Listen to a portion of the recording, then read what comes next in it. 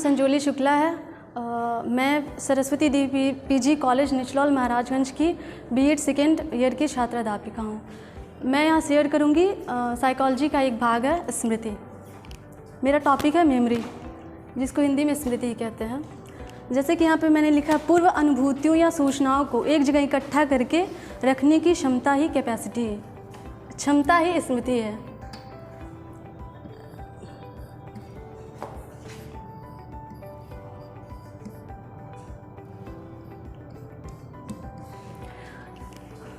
जैसे हम पढ़ते हैं, लिखते हैं, जो हमारा अनुभव होता है, सीखते हैं, उसको एक जगह इकट्ठा करके अर्सीव करके रखते हैं। जैसे एक फ़ोन होता है, फ़ोन हम चलाते हैं, ऐसे होता है, तो उसमें वीडियो डाउनलोड करके रखते हैं, ऐप्स रखते हैं, या ऑडियो वीडियो जो भी फ़ोटोज़ रखते हैं, वो फ़ोन में ना सेव होके वो स्मृति मेमोरी में या स्टोरेज में या रैम में सेव होता है। तो ऐसे ही हमारा बॉडी का पार्ट होता है ब्रेन, वहाँ पे बॉडी का एक पार्ट होता है ब्रेन, वहाँ पे जो सूचनाओं को इकट्ठा करके हम सेव करके रखते हैं, उसे ही मेमोरी कहते हैं।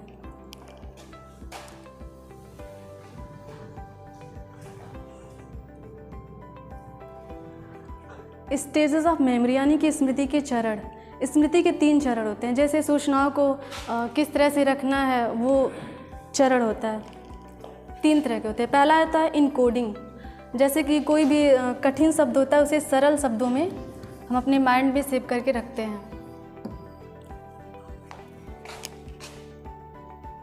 जैसे कि डीएल सर, धर्मलाल सर हैं, तो उनका नाम कठिन लगता है, वो बोलें कि आप लोग मेरा नाम डीएल करके कर सकते हैं। तो किसी को कठिन लगता है, तो जो सूचनाएं कठिन होती हैं, डिफ़िकल्ट लगती हैं, उसे हम सरल शब्दों में अपनी भाषा में सेव करके स्मृति में रखते हैं। वो होता है कूट संकेतन यानी कि इनकोडिंग। दूसरा होता है संचयन। तीसरा होता है रिट्राइवल। इसका हम आगे एक्सप्लेन करेंगे। इनकोडिंग यानी कूट संकेतन, सूचनाओं को आकार देना, इसे रजिस्ट्रेशन स्टेज भी कहते हैं। जैसे कि इसके पहले हम बताएं कि जो सूचनाएं होती हैं उसे आकार देते, एक फॉर्म देते हैं, और ताकि आसानी से हमारे मेमोरी में वो सेव करके रख सकें और जीवन प्रयत्न वो सेव रहे, उसे रजिस्ट्रेशन स्टेज भी कहते हैं। यानी कि पंजीयन, जो सूचना होता है सेव करते हैं, उसके पहले हम रजिस्ट्रेशन करते हैं उसका, कि वो इजी वे में सेव हो जाए। दूसरा होता है स्टोरेज यानी कि संचयन। जो सूचना होता है, जो अनुभूतियाँ होती हैं, उसको हम संचय करके रखना ही स्टोरेज कहलाता है। तीसरा होता है रिट्राइवल और रिकॉल, पुनः प्राप्ति। इसे पुनः स्मरण भी कहते हैं।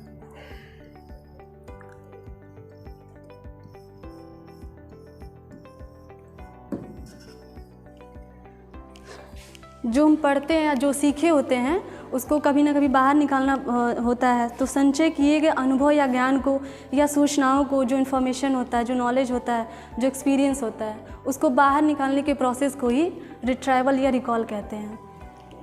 जैसे कि मेमोरी मेंटल प्रोसेस होता है, मानसिक प्रक्रिया होता है, तो ये 3 स्टेज इसमें इंक्लूड होते हैं। टाइप्स ऑफ मेमोरी, ये ऊपर कैसे होगा। स्मृति के 3 प्रकार होते हैं। पहला होता है सेंसरी मेमोरी, दूसरा होता है शॉर्ट टर्म मेमोरी, तीसरा होता है लॉन्ग टर्म मेमोरी। कैसे होगा?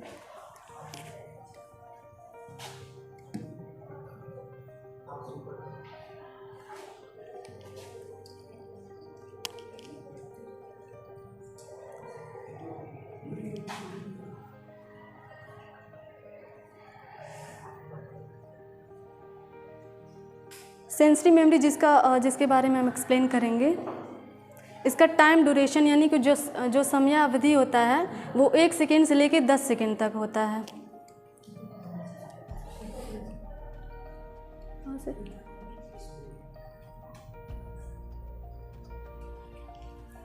सेंसरी मेमोरी यानी कि इसको हिंदी में संवेदी स्मृति कहते हैं।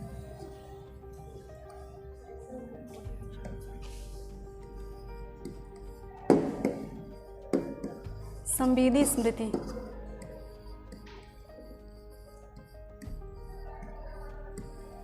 इसका जो टाइम ड्यूरेशन होता है, जो समयावधि होता है, 1 सेकेंड से लेकर 10 सेकेंड तक होता है। इसके टाइप्स होते हैं आइकॉनिक और इकोइक।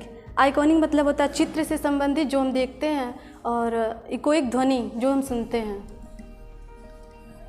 जैसे यहाँ पे आइकॉनिक का एक उदाहरण है, यहाँ पे मैंने ये लिख दिया है। अगर इसमें से 10 सेकेंड या 15 सेकेंड के बाद हम किसी से पूछें तो बहुत रेयर ही याद होगा किसी को ये स्टेप बाय स्टेप, तो ये आइकॉनिक में आ जाएगा। इकोइक में क्या आता है कि जैसे हम कोई ऑडियो सुना दें, ऑडियो क्लिप अगर कोई 10 सेकेंड का है,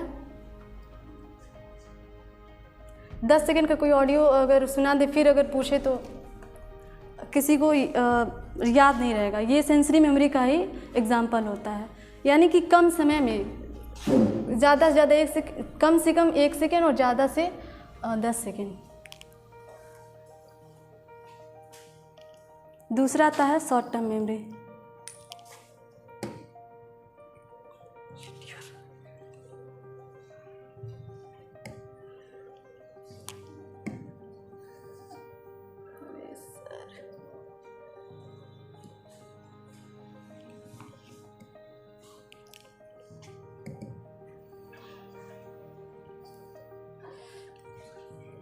क्या आ रहा है यार?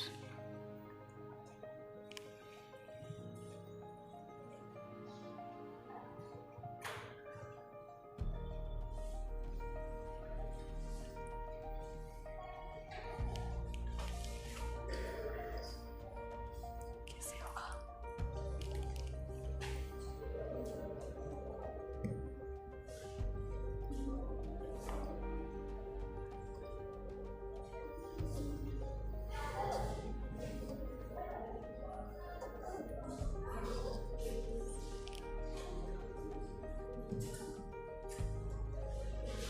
क्या हो गया यार?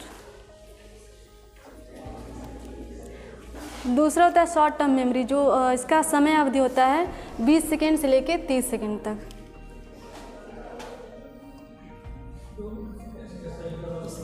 हाँ सर।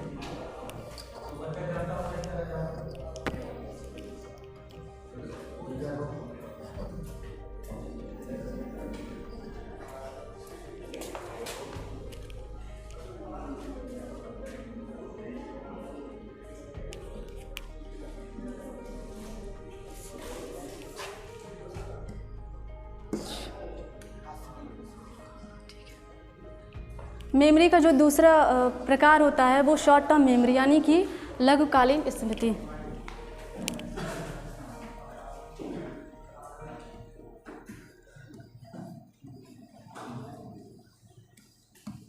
लघुकालीन स्मृति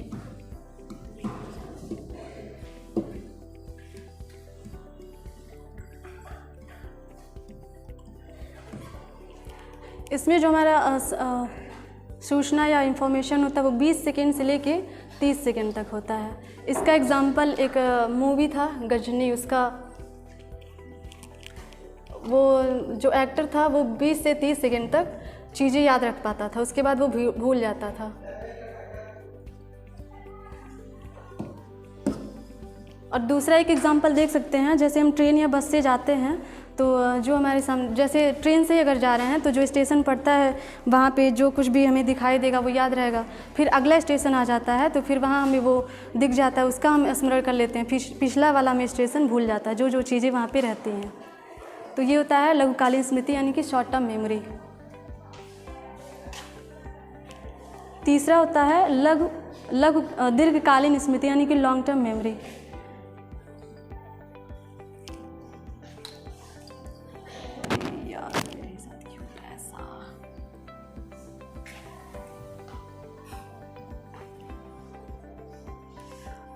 लॉन्ग टर्म मेमोरी यानी कि दीर्घकालीन स्मृति, इसमें सूचनाएं 30 सेकेंड से लेकर लाइफ टाइम तक यानी जीवन प्रयत्न रहती हैं। इसका उदाहरण हम दे सकते हैं कि कोई अच्छी घटना घटी हो या फिर कोई अच्छी बात होती है या फिर बुरी घटना होती है, उसे हम जीवन प्रयत्न याद रखते हैं, चाहकर भी वो नहीं भूलता है।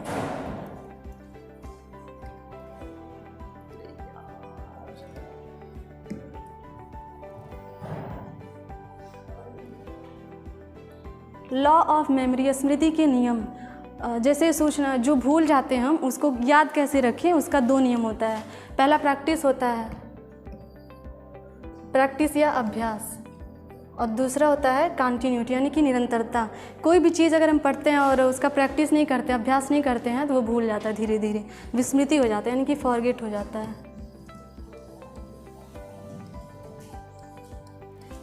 और दूसरा होता है कंटिन्यूटी यानी कि निरंतरता। अगर किसी भी पढ़ाई लिखाई में या फिर कोई भी इंफॉर्मेशन में कंटिन्यूटी नहीं है, निरंतरता नहीं है, तो वो भी भूल जाता है हमें। तो ये था मेरे सर, बस इतना ही है। Thank you sir.